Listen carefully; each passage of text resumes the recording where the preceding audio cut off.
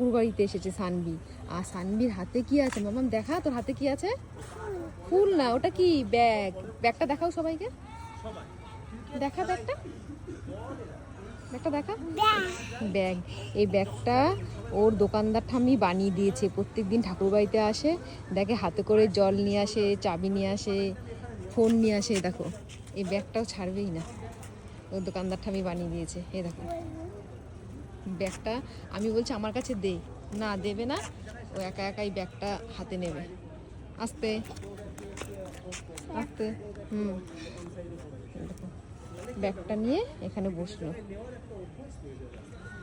দেখেছো দোকানদার ঠাম্মি কি সুন্দর জামার পিস কেটে ব্যাগটা বানিয়ে দিয়েছে। এটা হচ্ছে জামার সিট ছিল, সেটাকে কেটে মনে হয় হাতে ব্যাগটা বানিয়েছে, সানবিকে গিফট করেছে। খুব সুন্দর হয়েছে তাই না পাপা ব্যাগটা? এত গরম এখানে, এই পুকুর পাড়ে এখানে এসে বসলো মেয়েটা এই ঠাকুর বাড়িতে। উফ ভীষণ গরম লাগছে। মাঠে যাবে না, মাঠে গেলে তাও একটুখানি হাওয়া পেতো, এই গরম এখানে বসবে।